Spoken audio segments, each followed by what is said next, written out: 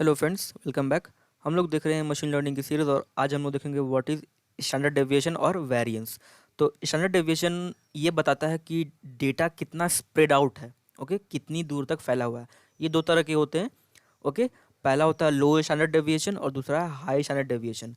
तो इन दोनों में ये डिफरेंस है कि लो स्टैंडर्ड डेविएशन की वैल्यू मीन से काफ़ी करीब होती है और एक मीन से बड़ी होती है, मतलब उसकी डेटा ज़्यादा रेंज में फैली हुई होती है।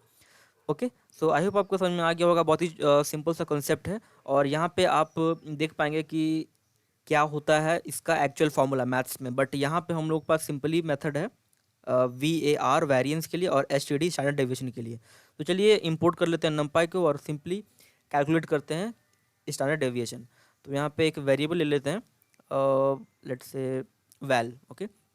और यहाँ पे कुछ भी नंबर ले लेते हैं, आप हायर नंबर भी ले सकते हैं। मैं जस्ट डेमो के लिए ये सिंपल सा नंबर ले लेता हूँ, ओके।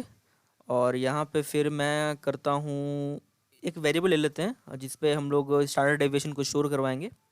सो वी एक्स ले लेते हैं, ओके। तो फिर यहाँ पे मैं लिखता हूँ np.std, सिंपल सा मेथड है और इस पर हम लोग पास कर देंगे वैल।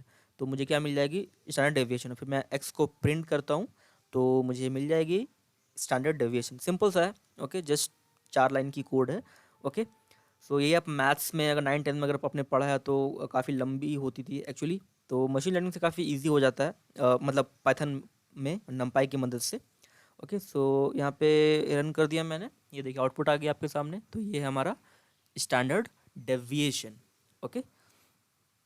बहुत ही सिंपल सा फ्रेंड्स, ओके। सो चलिए अब एक बार देख लेते हैं कि बिगर नंबर को लेने के बाद ये चेंज होता है कि ना। Of course numbers standard deviation बढ़ जाएगी क्योंकि हम लोग बड़े डेटा पे काम कर रहे हैं।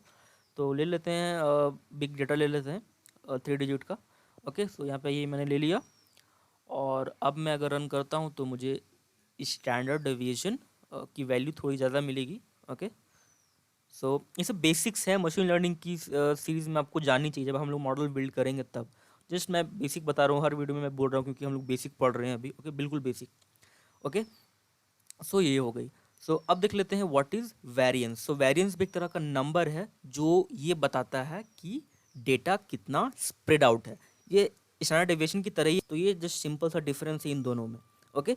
सो उसके लिए भी हमारे पास सिंपली VAR वेरिएंस मेथड है।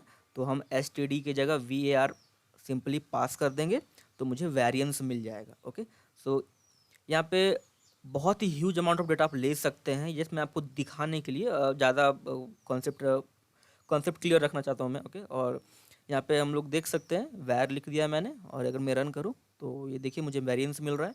तो एक्चुअली अगर आप कैलकुलेट करें एक्चुअल फार्मूला से स्टैंडर्ड डेविएशन और वेरिएंस के, तो उसके कंपेरिजन में बहुत ही ईजिली हम लोग यहाँ पे फाइंड कर पा रहे हैं, ओके।